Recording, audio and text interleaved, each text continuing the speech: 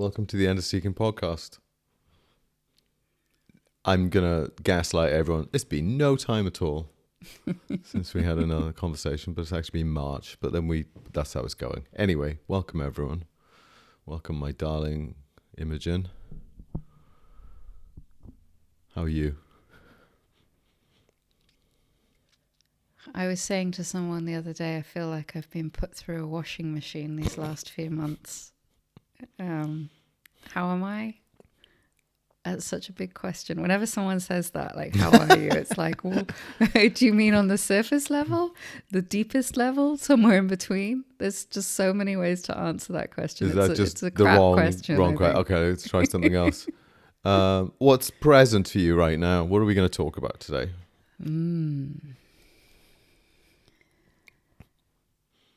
I would like to start off, I don't know if you want to go into this direction straight away, but I would like to start off by acknowledging where you've been at in these last few months, and also why we haven't been podcasting so much. I think for me it started, if we go back to June when we did our retreat. Yeah, right. Yeah, okay. I can pick And up. what's kind of sort of transpired since then. I can pick up that thread. Yeah. We can pick up that thread. So where were we? Let's say, so the last time we did a podcast was March. So you've been pretty constant in what you're doing. I mean, it's taken various shapes. You've been writing a lot more and beautifully, but retreats and sessions and whatnot. And I was kind of in that space early on in the year. Yeah. I've been on and off. Together we've been on. I've been on and off. You've been on. I'm much more changeable. Yeah, for all these years, you've sort of dipped in and out of this work.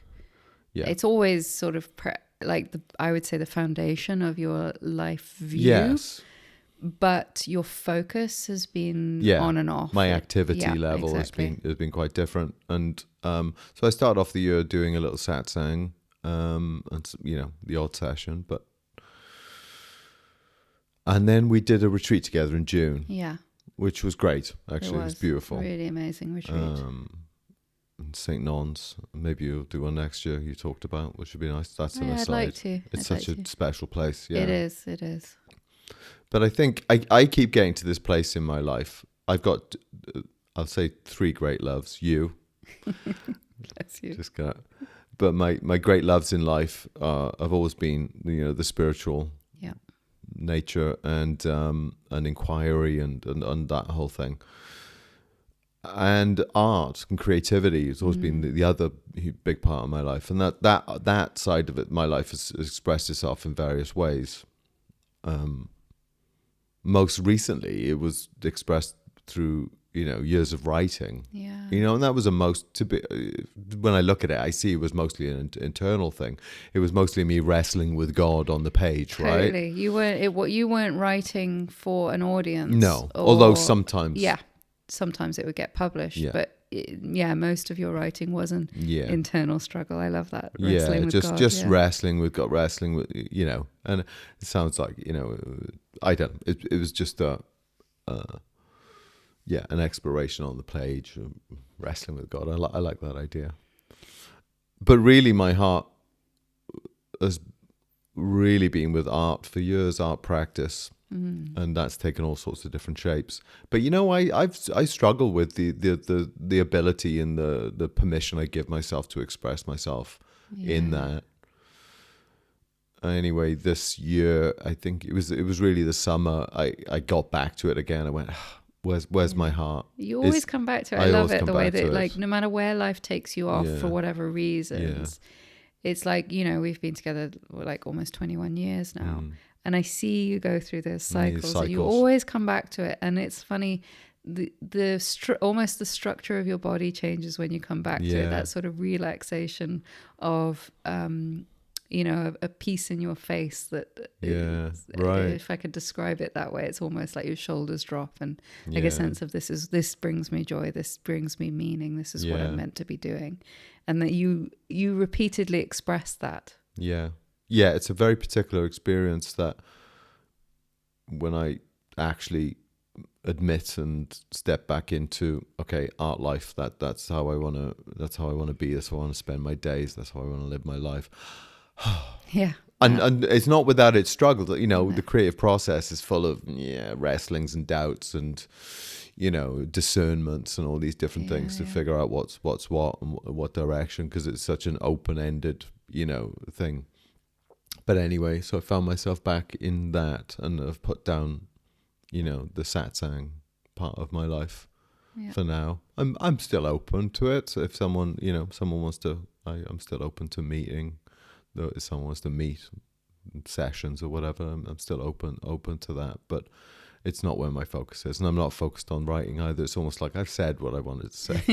I have, in some ways, not necessarily outwards, and if there's something more to say, I'll say it. I've still got my Substack there, so if something comes up. But it's funny how quickly my mind changes to this internal creative process. Okay, what wants to be created? And I had this thought the other day, which was interesting.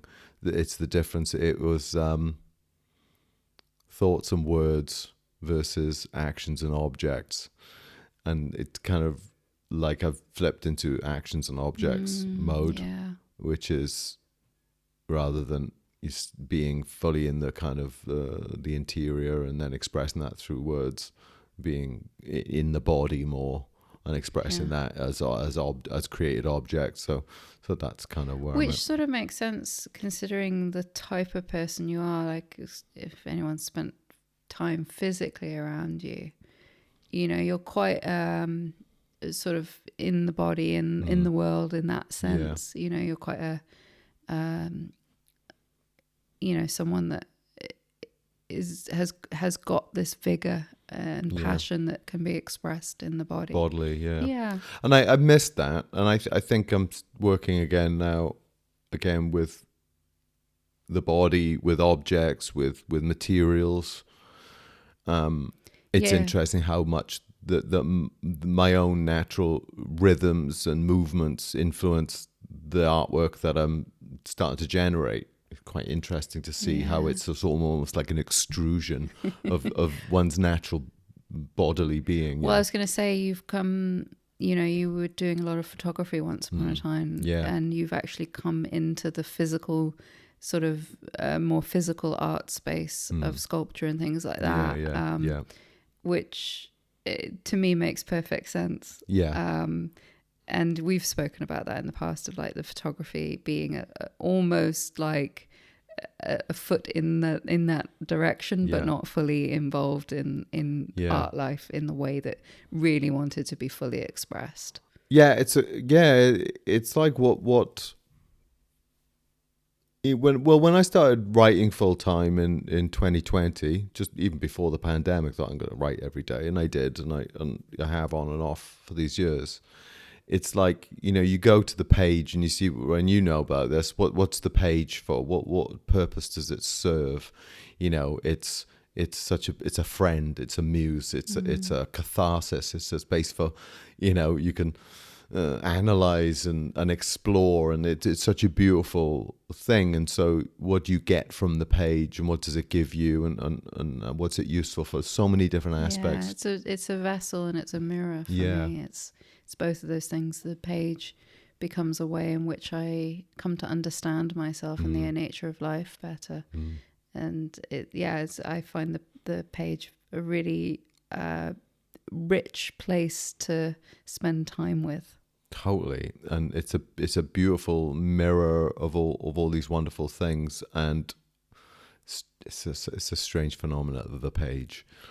But what I've been finding is that, and I find this intermittently, and actually going out and taking photographs is the antidote. Like, sometimes I find it too heady, even though it's naturally and spontaneously and authentically expressed, somehow it's still too conceptual for me, and I have to step out of it into the non-conceptual space, which is to say, I need to see, I need to feel without the words, in terms of activity. So if I'm finding I'm writing too much or thinking too much in that space, I get out. I'll take a view, but I'll start seeing things, shapes and forms, start to take photographs or whatever.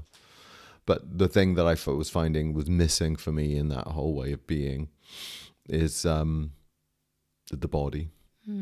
Funnily enough, that you can just sit and tap away on the keyboard and over these wonderful with these expressions, and it's great. And but yeah, I need to involve my body more in what I'm doing, and that requires using it for and in that sense, your own natural patterns. Well, so there's an interesting thing that makes me riff off Allen Ginsberg, great poet and a great teacher of poetry and a great model of it, and he talks about how expressing poetry, he doesn't allow these sort of different iambic pentameters, or all these different structured these forms in which one would traditionally express poetical verse. He's like, find the rhythm of your breath, find your natural speech, right, first thought, best thought. Yeah. What are your rhythms? What's your cadence? What's your thought? Right, get the whole thought out. Don't go chopping it up. And yeah, I've been really leaning into that myself this year. So he's talking about getting these natural rhythms of speech out, which are yours to you alone, and that being the kind of your poetic expression. Or in a similar way, for what I'm finding is with sculpture, that working with clay in particular, it takes the impressions of your movement, and they're my movements. They're the way my body wants to move, and of course it's informed by feel and sense and all that, but it's so involved in body, and it becomes a kind of a way of seeing yourself in the work that you create, different modes of that. I really relate to that, and the words that have been coming in that same way of like seeing yourself, seeing how life is sort of flowing through you, the ways in which your body moves, the ways in which your mind works and your heart feels. And there's yours, they're so particular to each of us. So your words are so particular to you. Yeah, it's the same thing being expressed in infinite ways, and that's what it is to be human somehow for me. And that's, I guess it comes around to this idea of like when we're talking about you really stepping into and honoring that call to art life, and I feel the same way in the work I am doing is, what it really speaks to is how meaningful life becomes when we're living our Dharma, when we're living our flow, when we're living our unique embodiment, the way in which like consciousness shows up in this unique form is, when you're really giving yourself, surrendering yourself to that, that's where it feels so meaningful. Like life becomes so meaningful. It becomes so precious. Becomes like a real recognition of the uniqueness of how life could have done anything and it did this. Yeah. And so, as you move your hands through the clay, or the words sort of come out through this vessel, this body, this mind, it feels like life is sort of molding you, flowing through you as this. And that feels very meaningful to me. It feels very precious. Meaningful is such a great word and a great notion. And, I know that people would, some philosophers would say, life is meaningless, and I don't find that to be the case at all. And yes, it's very tricky to find absolute meaning. Yes. But I don't think we need to find absolute meaning at first. I think that comes. I think the universal is discerned through the particular. I love that, because I think that's where people go wrong when they go meaning. They're looking for some overarching meaning, even if it's a very human meaning, as in I'm going to cure cancer, or I'm going to do this, or, there's still some big imprint of an idea of meaning. And it can be that. It can, but that comes through the little moments. So it's the sense of meaning, isn't it? Yeah. It's that we discerning our own thing. What's your sense of meaning? What do you find meaningful? And that's it. Meaning is there. And that, to me, is known in each and every breath. It's known in each and every thought, in each and every movement, in each and every action, in each and every emotion. There's where you feel that. It's not some sort of philosophical idea of it's meaning. Not necessarily articulated, is it? It's just a sense of meaning. Yeah, and it to me, it ties into the recognition of being able to intuit and listen to life as it's wanting to flow through you. Like they're very connected. It's like where there is an ability to lean into that listening, lean into that sort of intuitive knowingness that is coming through, there's where the meaning is also found.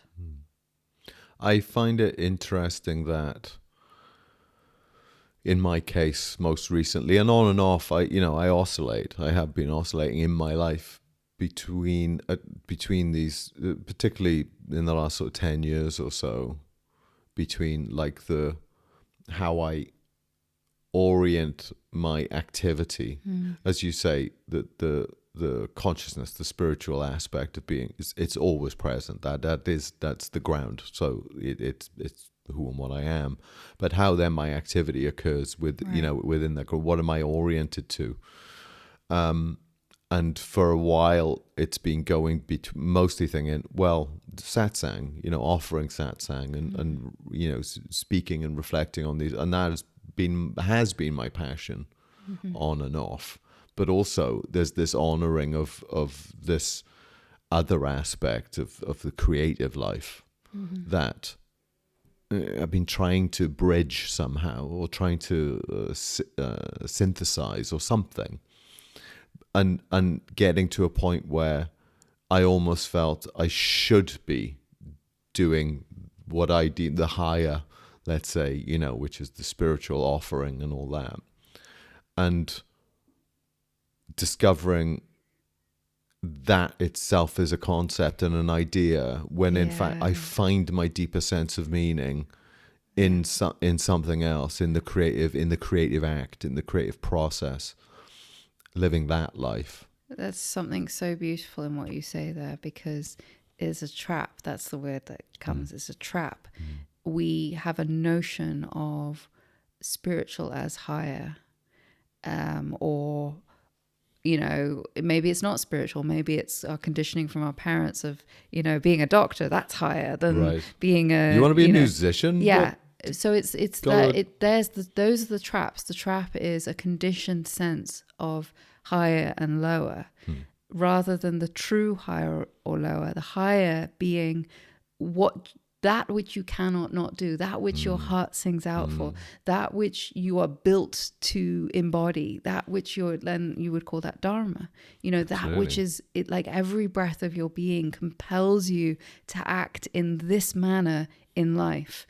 That's the highest. It requires discernment, though, doesn't it? But and what you're saying there, I'll never shake the spiritual in me and the spiritual reflection. Life becomes because that. Actually, and I've said this: art process, a creative process, and spiritual practice are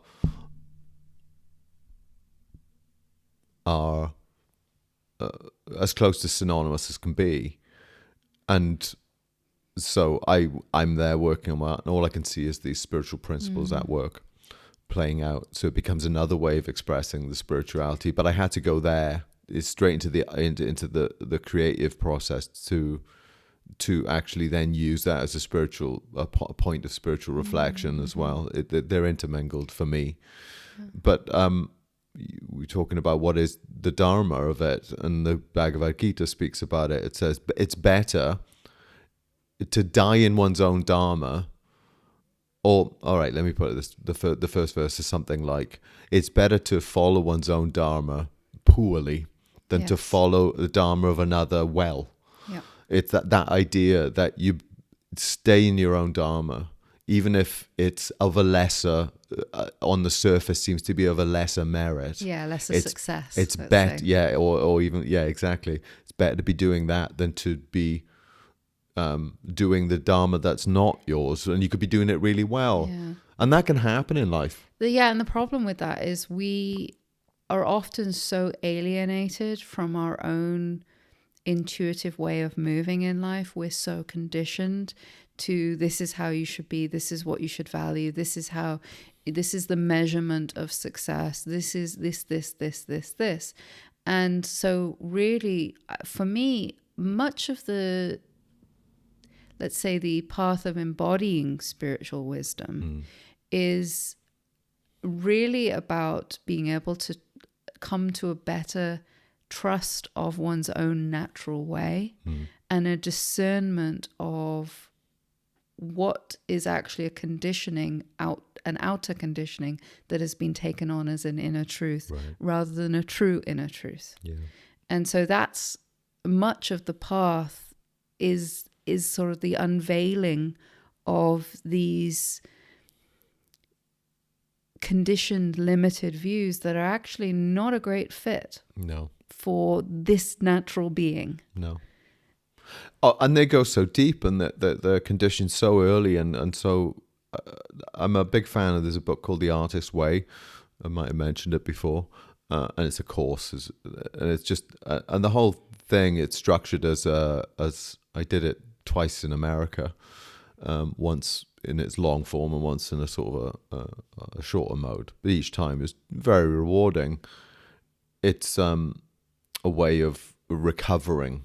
Talk about, it's a course or a book for recovering artists, and she talks a lot.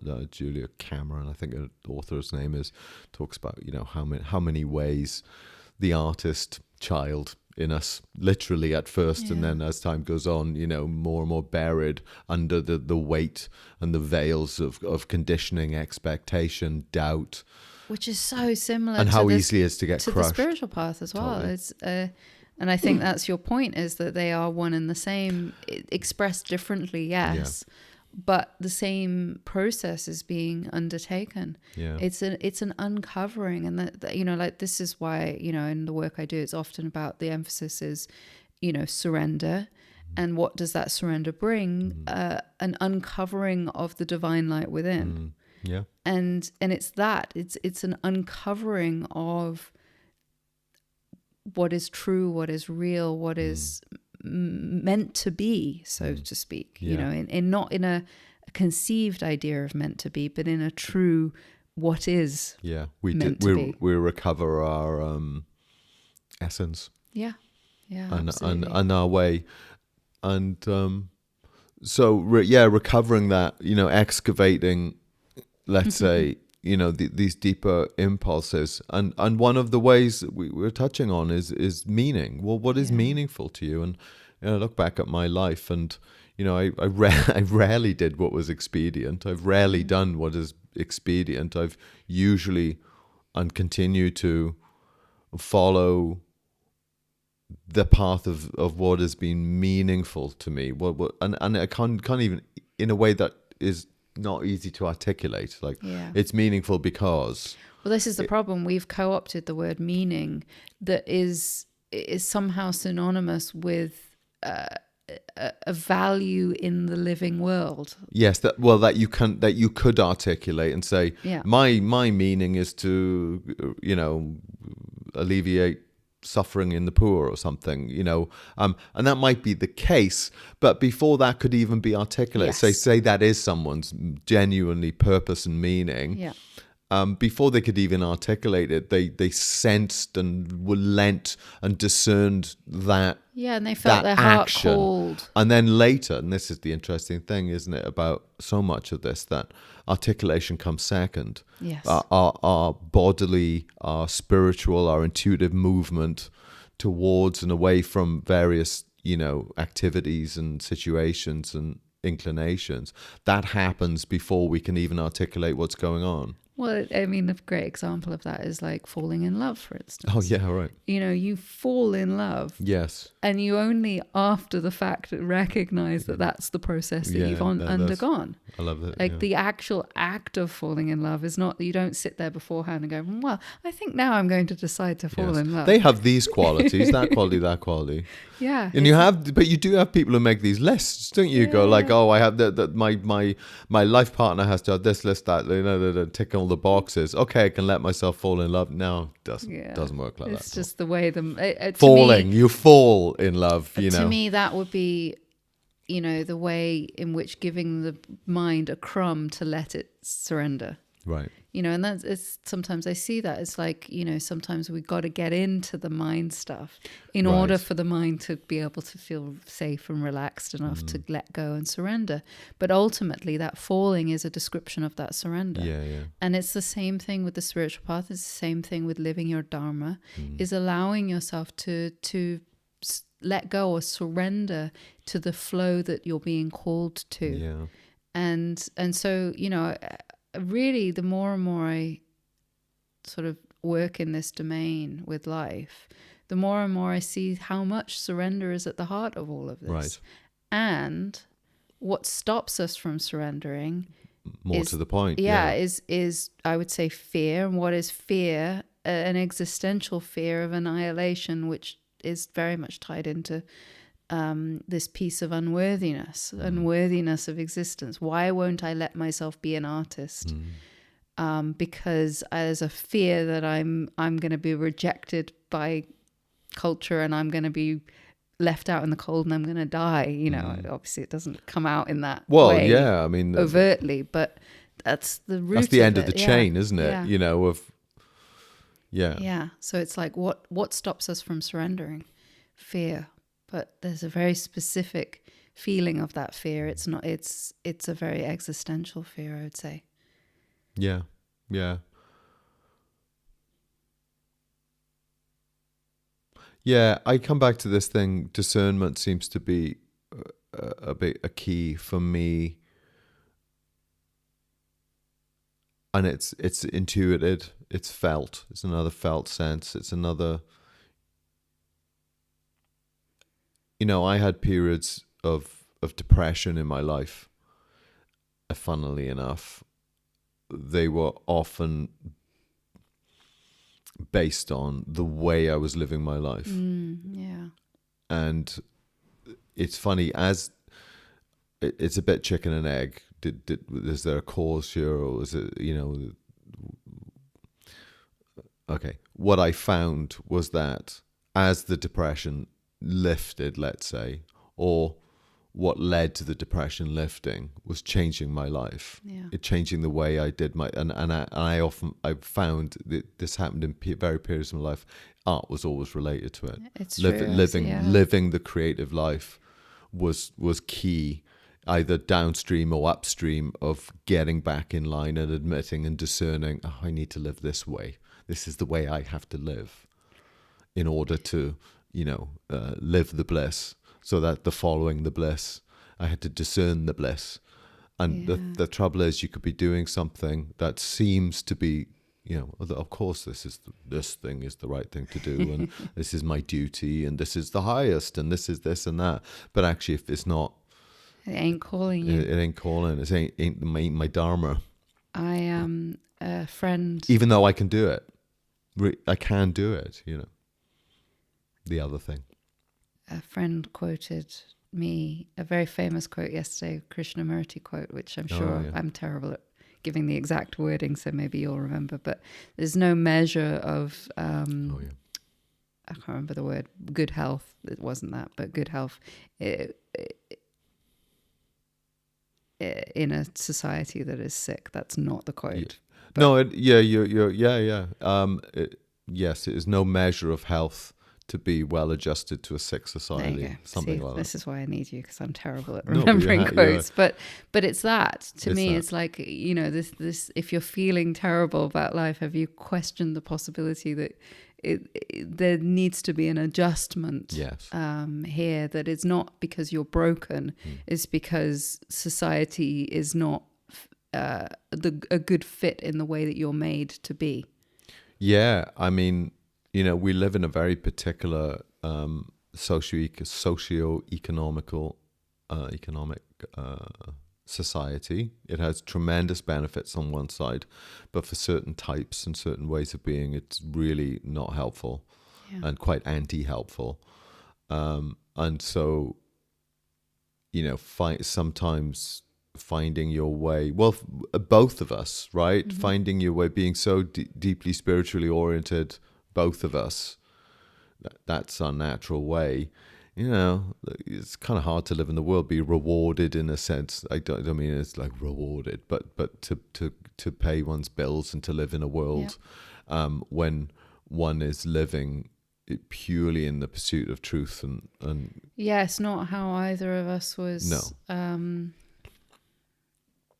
made. Our makeup, literally in our bones. It's not, it doesn't make for a very successful in the worldly sense sort of life. Luckily, we're not made in a way that, is orientated that way. But it is challenging. I was watching, I just saw a clip. There's this guy, I think it's something Langham. He's supposed to be the highest IQ guy in the world. He's like 190 odd IQ. He's quite famous among his circles. He's quite, he's like, he comes across this sort of blue collar guy, right? But he's super, super smart.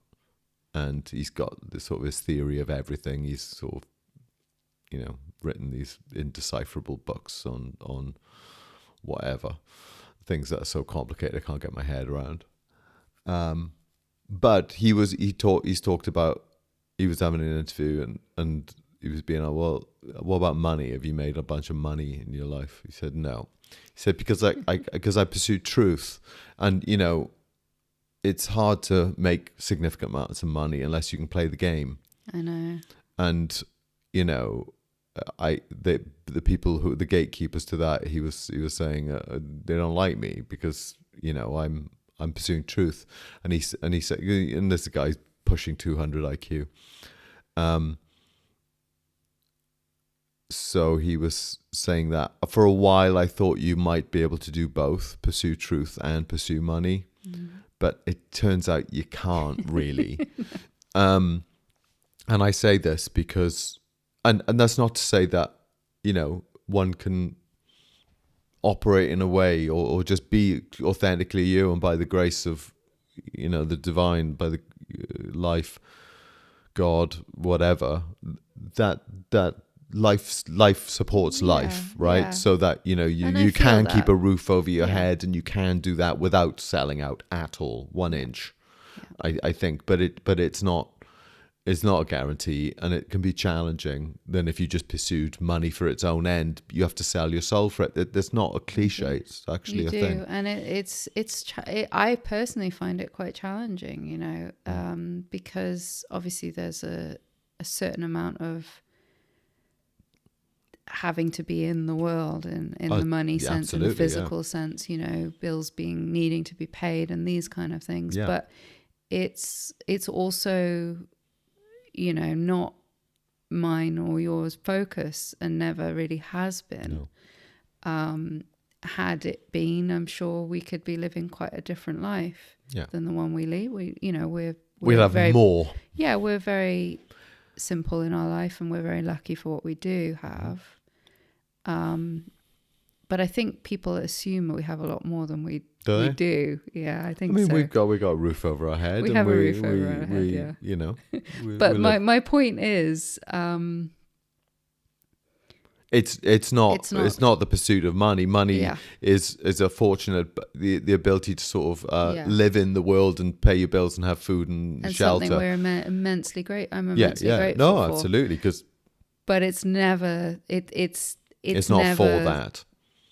It's never the first principle of where my heart lies. My heart is firmly devoted to God, I would say. Yeah. And that's challenging. That's really challenging in this day and age. I've been wrestling with this a little bit.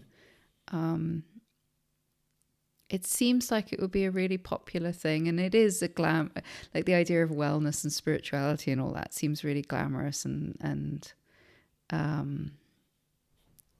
it's become a bit of an industry or whatever. Sure.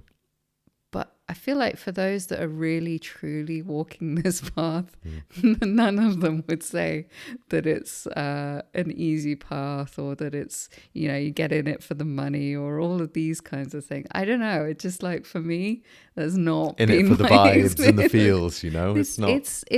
It's a continual.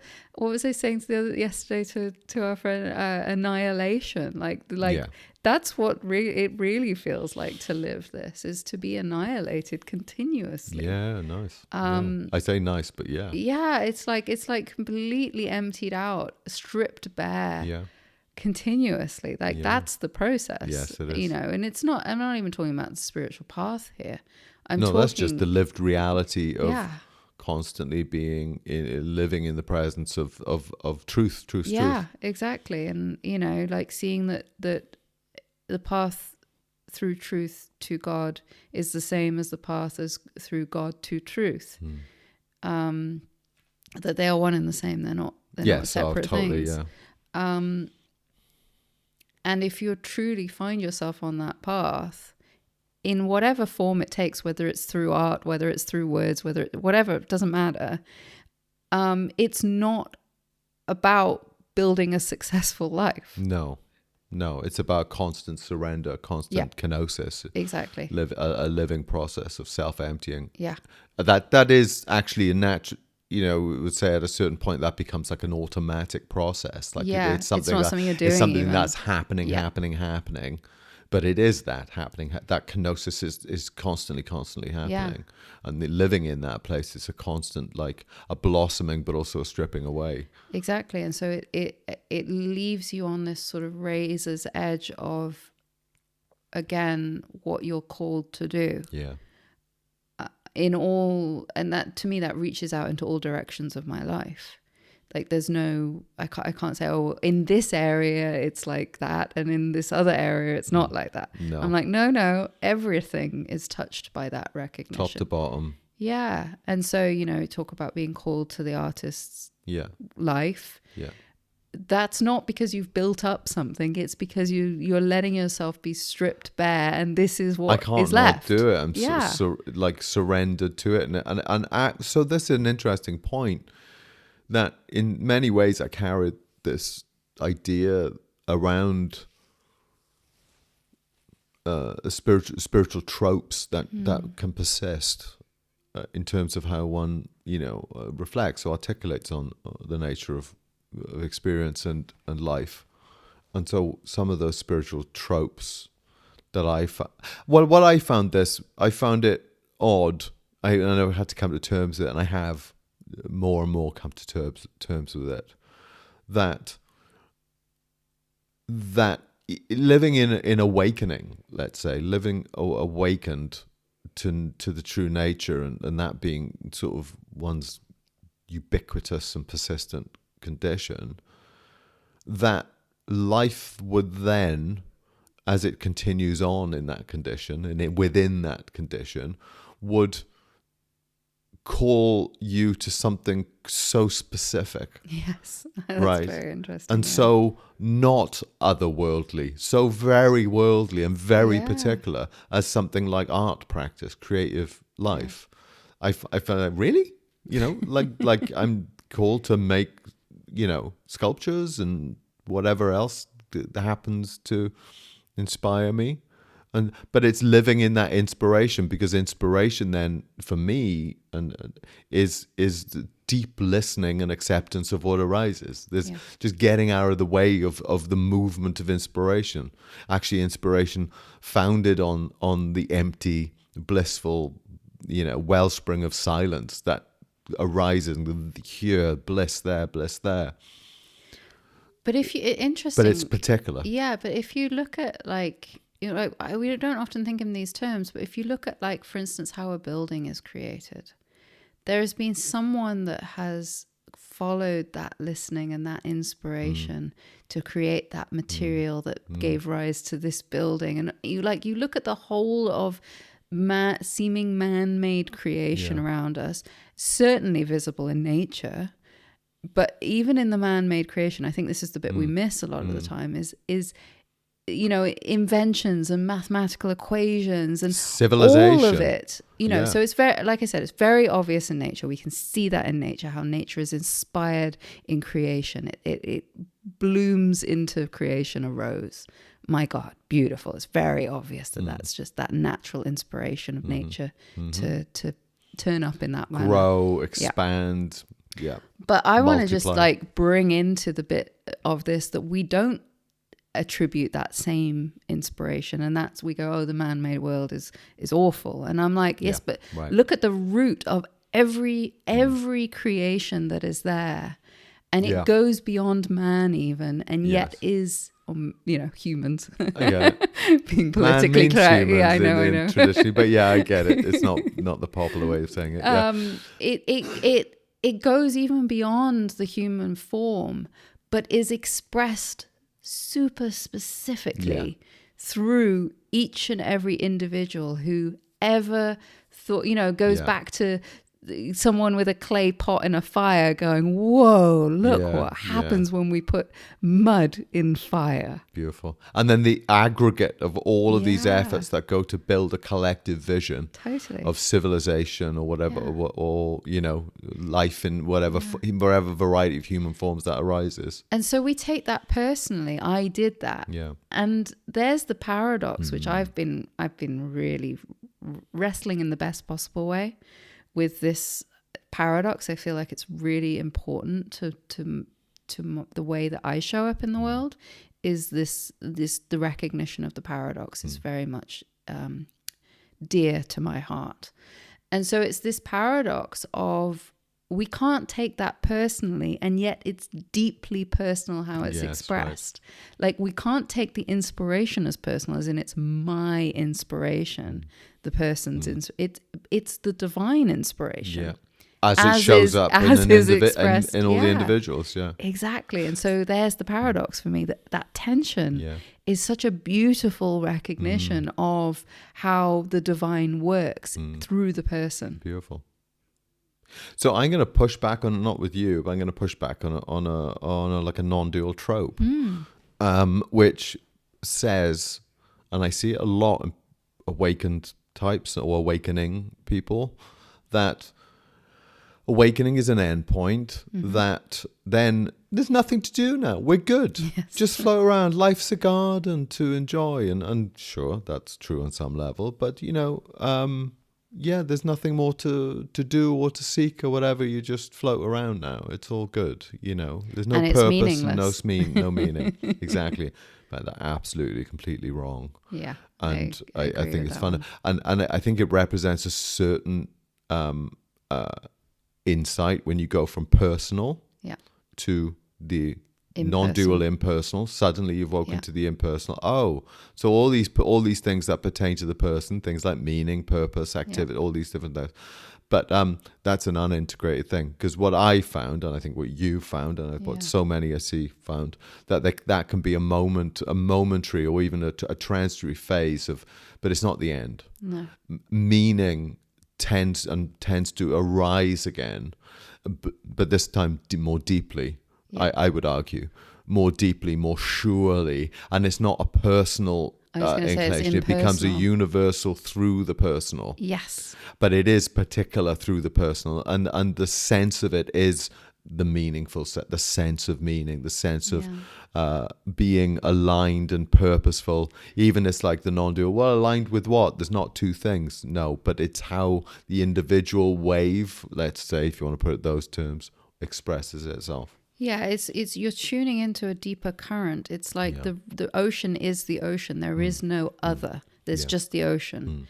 And yet within that ocean is infinite amounts of currents and waves. And so it's tuning into that particular current, that particular wave as is expressed through this individual experience.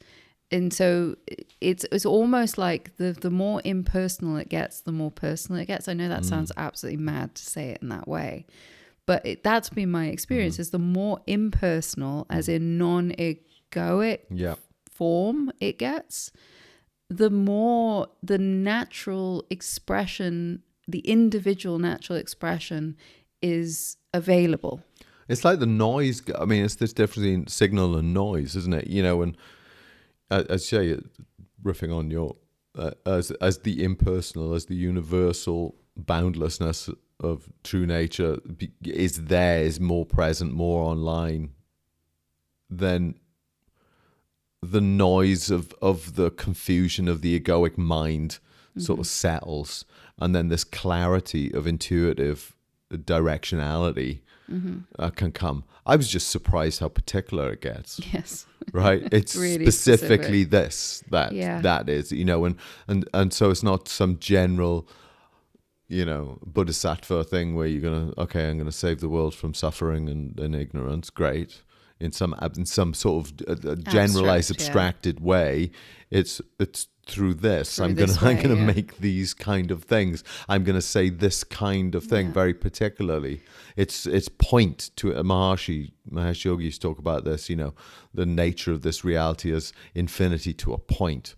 You know, and everything in between. It's the front of the arrow. Absolute precision of a singular purpose and reality to the sort of boundless infinity. What I find interesting about that is, you know, for the people listening, you can't see Martin's hand movements. It's like, you know, it's the hand moving through the air. Yeah. What I find interesting about that is it's not so much of a push; it's a pull. It's like you want to use the word compelled. It's like a gravity. Yeah, it's like you're being called. That's why I use the word calling so much, because that's what it feels like. It's like I'm called to move here in a way that sometimes doesn't make any sense to me. Did you ever see the film Donnie Darko? You probably when he starts tripping out, having these visions, and one of the visions is this big kind of energetic swirl or worm thing starts coming out of his chest. And it's almost he's watching his future path, and then he kind of catches up with it and follows it through. And it's like we're being pulled through, as you say, called. And it's like, can you hear the call? Can you discern the call? Can you? And but you're right. It's like we're being pulled into it. And it's a surrender to that process. Yeah, exactly. That is. It's not a passive, right? I'm just going to sit here now. It's like we're being moved and flowed. Yeah. And so I've heard some people sort of object to this idea of going with the flow, as if it's an external thing and you're kind of, let's say, weak or follower to go with the flow. But that's to misunderstand the nature of the flow. We are flow, and the flow that we follow is our flow, not an external flow. We are part, we are the flow that we need to tune into our own. What's your flow? Where are you flowing to from? What are you in? What are you in non-resistance to the dynamic aspect of reality as it moves us through? And it's not a case of a manipulation of that. It's the underlying structure of who and what we are. It's reality itself is. Yeah, and so where there is what you could say a manipulation of that, it's like the river's still flowing. There's just now a rock in the river. Yeah, exactly. No, so it's been an interesting few months, I would say. Yeah, because you exploded with more writing this year. You have had your moments, but this year something shifted. Would you say? Well, it was actually last year. It was November, almost a year ago. Okay. I felt that shift. I felt it was a very particular. It was over a space of about a week last November where there was a recognition of the river was going one way and I was trying to go another way. Right. And there was a reorientation that happened back to that flow, you could say. So you had to sort of restructure your days, right, in order to accommodate that flow. It took a few months to get there, Yeah. But yeah, so then that happened in November, and then the problem with me is once I've committed to something, it's very hard to turn that ship. Mm-hmm. So it took a couple of months to really sort of turn the Titanic. Well, actually, that's not what happened. That was the end result. But actually, what happened was I had to fall into the gap. So I took basically a month off in January. Yeah, right. I had to fall into the gap, into the complete silence and stillness to see what the actual flow that was emerging. Right. Because it's like there comes a point, for me at least, I feel life has this tendency of wanting to create structure around anything. And that structure sometimes calcifies and actually becomes the antithesis of the flow. Quite by accident, actually. That's a natural process, I would argue. I would say, like on the relative sense, structure is easily formed. Yeah.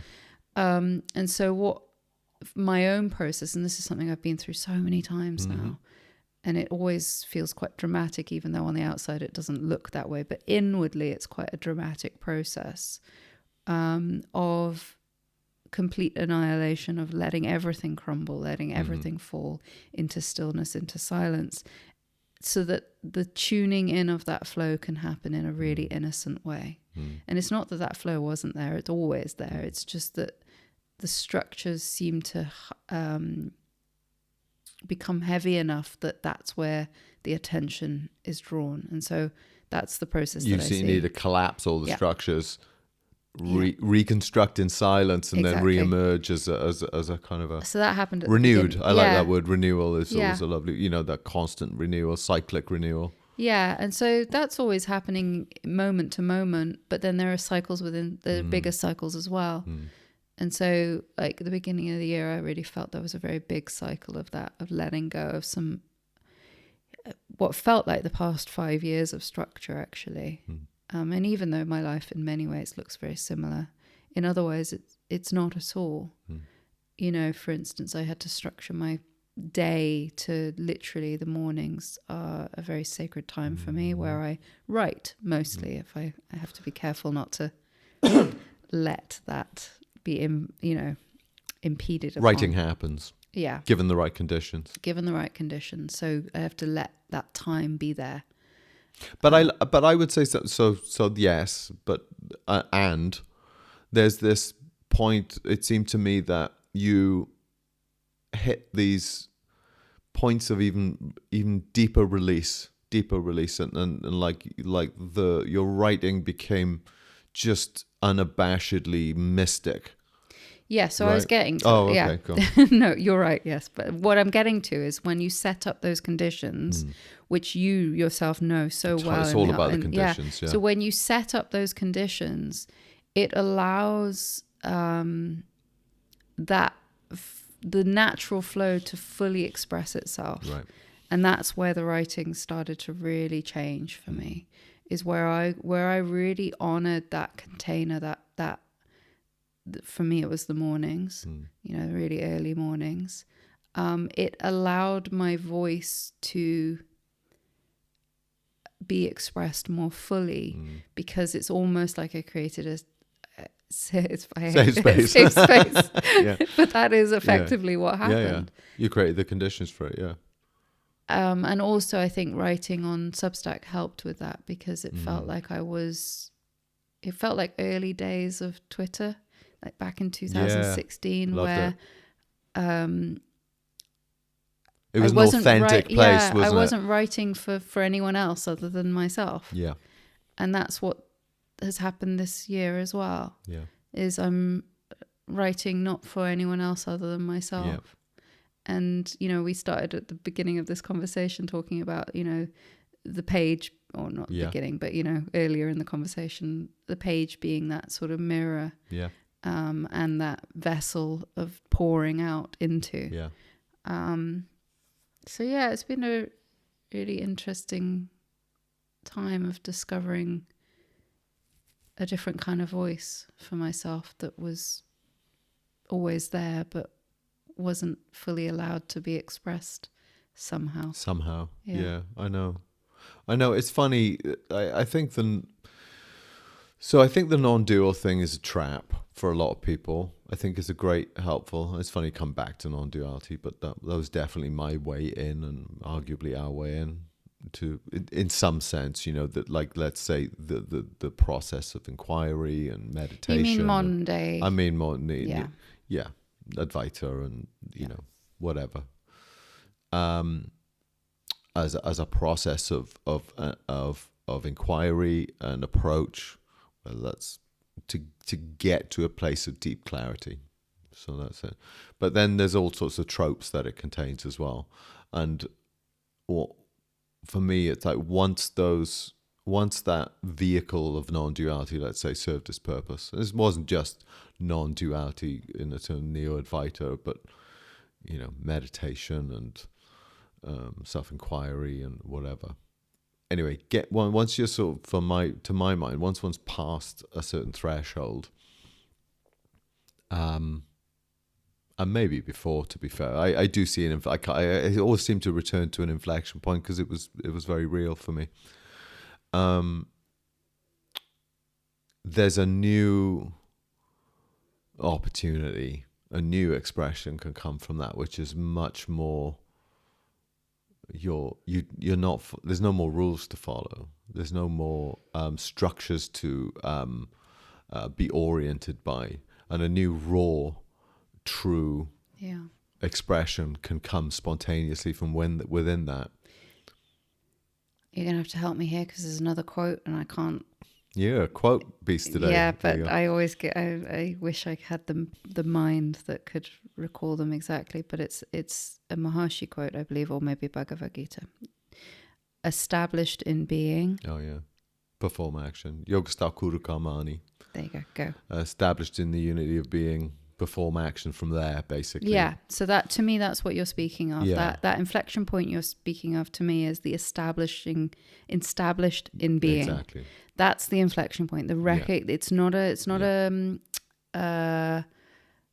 fickle thing. It's not a changeable thing. It's an abidance. It's an abidance. Yeah. Yes, so there comes a point where up until that point, that's where you would say the seeking is still. Yeah, you're present. In and out, maybe at best. Yeah. And there's great fruit from that, but there comes a point where there is an establishment, there is an unshakable recognition of your true nature of I want to say identity, but it's like the dropping of that of those false identities, let's say, into a deeper ground. So that's the establishment. Excuse me. Yeah.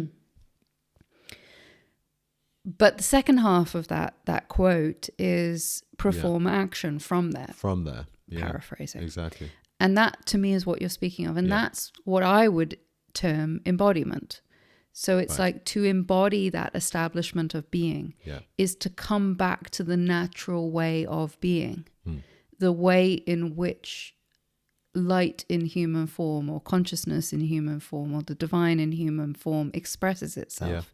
To me, that's what you're describing there. Yeah. That's what's described in that quote. And what's interesting, what does that look like? And I think,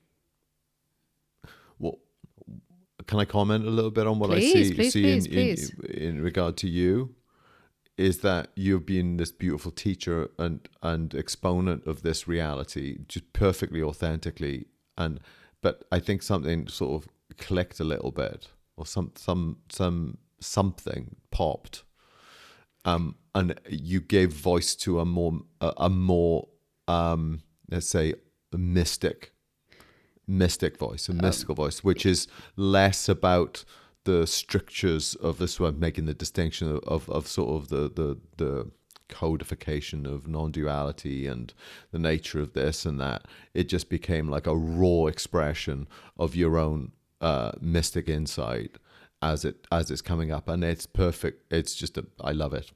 Well, it has such a vivid voice to it, and it's not bound by this reflection. Is this right? Is this right? Is this correct according to that? It's pure mystic expression. So actually, from that place. Yeah. So what you're pointing to is part of what happened in November, right?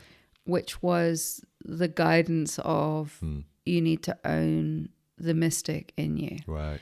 And in that, so part of my struggle with all of this is I've always felt outside of structures, and I've always had a slight wrongness about that. As in, I should be in a structure, and why am I not in a structure? And so what happened last November was, it felt like that. Now, it's not to say the last vestiges of that have still not been playing out, but it felt like something fundamentally shifted, whereby I was able to just own the fact that I didn't sit within that. Nice. And I was, and that there was the term of just, I am a mystic. Yeah. And of course, that's sufficiently loose enough that we don't even know what that is. Right on. Other than a recognition of a mystic is one who is devoted to the divine. Not in a structured manner, but just the living of that intimately. Yes. And I think that's what happened for me. That was quite a turning point. It like gave me the permission to just be as I was somehow. Yeah. And I know that's a very strange let it pour thing out of you to say, but that is how it showed up for me. Well, I just remember, I remember very much the early days. You talked about Twitter earlier. This is back in sort of 2015, maybe 16 for 2015, me, yeah, 16? early 2016. Okay, yeah. so it was very shortly after, the big shift on both of our parts, and there was a very great vividness about that. And so it was about 2016 when we went back to the States, and we were sort of doing a little house sitting, and we had very little to do, and we were tweeting, and and that was really interesting. Just the way that these sort of aphoristic, pointings. It was all about the pointings. It was sort of emerge. 140 characters In 140 characters. My God, I love that. I miss it. Give me back that. Sod this bloody new X. Give me 140 characters back. Because you had to be zen about it. You really had to make it work within a very short, in a pinch. You had to see what was important. Yeah, and structure it. It was, the discipline. I love that limits lead to great creativity. Anyway, and there was a lot of parsing going on there, in a sense of the pure. It was sort of something about. Yeah, I know what you're trying to get at. Truthness of it, like it was sort of had a certain. It wasn't wrong. It was all right. It was some good stuff actually back then, but somehow it was being subtly referenced to some idea of truth through the wisdom ages versus truth in your own experience. Something because I don't want to knock it, because actually there's some real.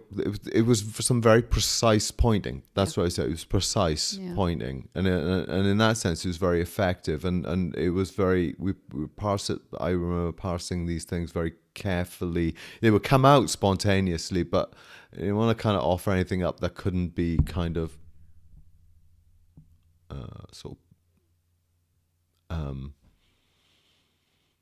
there was a self-reflection to it as well.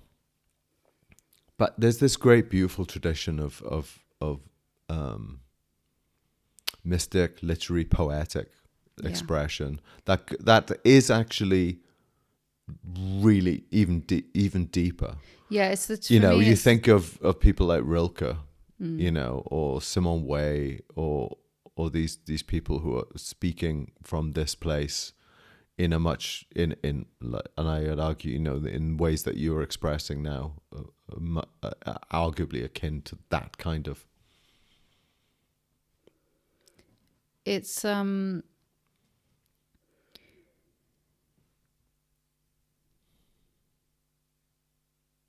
a presence to it, and it's not about being correct.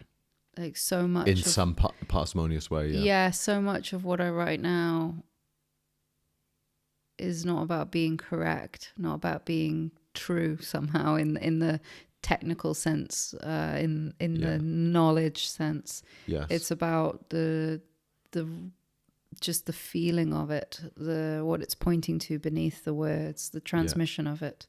Transmission. I so it's not about making sense.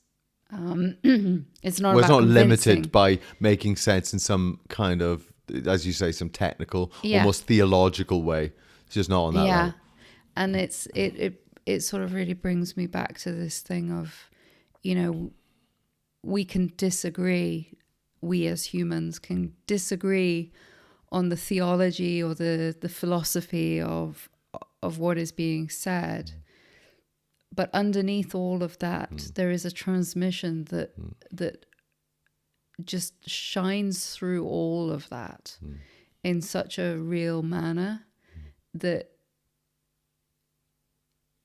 for me, it feels like it stops the breath. It stops the mind. It gives you nothing to hold on to other than the feeling that you're being called into. Yeah, the sense of it. I think that's what I'm leaning into, or trying to lean into. It seems to me it's just pouring out, and that's the way of it. When I say leaning into, I mean abandon to that. Exactly. At the same time, participatory. I mean, that's flow. It's the intersection of intentionality and surrender. Exactly. Yeah. And that's the most stunning place to be. Yeah. So it's not having things being said because they're the best way of saying it. Well, Sung San, the great Zen guy, I loved that he said once in regard to teaching, he says, when you teach, just teach.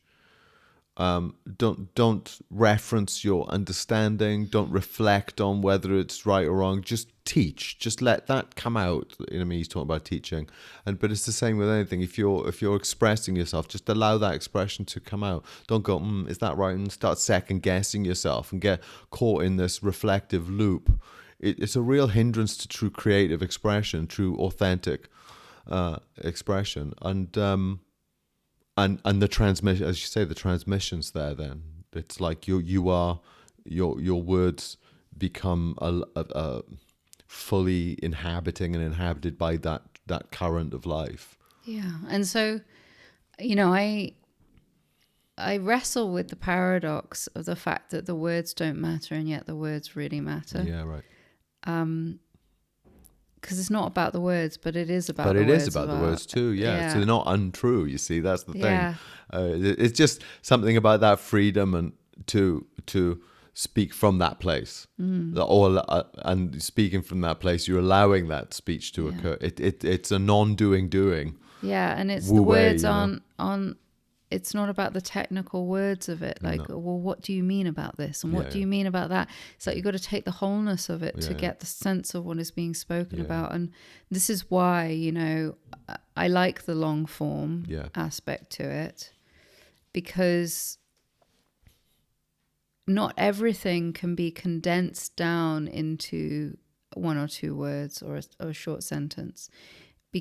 Because when you let it breathe, you feel the nuance of it. And again, it's not so much about the specific words of it, but it's like you can feel the nuance of what is being pointed to as you sort of go on that journey with the words. Yeah, for sure. Yeah. Where's it coming from? What's it pointing to? Yeah. And what is that current that's underlying this hearing or this reading of it? What's woven through the texture of it? And sometimes it takes a moment to attune to that. Yeah. And that's why,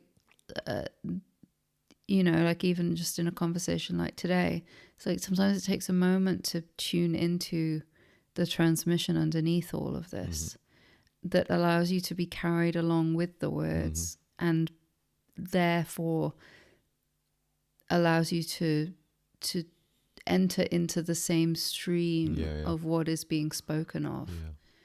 And they're inseparable. There's the coexistence of the expression and the underlying current, you know, or the expression is part of the underlying current. There's not a duality here. Yeah. But it can take some time to tune into that. And I think that's what meditation practice does. That's what Satsang does. That's what teachers and you know, all of these things are a way of tuning our system to those currents. And that's the poetic voice as well, and the mystic voice, and you know, you'll see, and I very much saw it when you published your what was your first book? The Heart That Knows. The Heart That Knows, which was, you know, a collection of poetic meditations, arguably, or reflections, inquiries, but they're poetic, they're pure expressions. But, what the common, what I find and what people have reported back, is that each one, it carries the transmission and carries the heart and mind to its destination, home, to its source. Each one is this transmission, but journey that would carry you down really effective, beautiful, mystic, poetic pointings, small meditations, beautiful. There's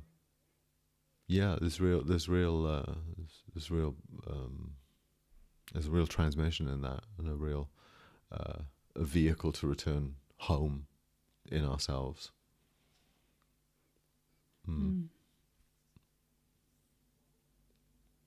Okay, should we? I don't know how long we've been going. No, I have no idea either. But it feels like this is the moment to wrap it. Today's up. All right, let's call it.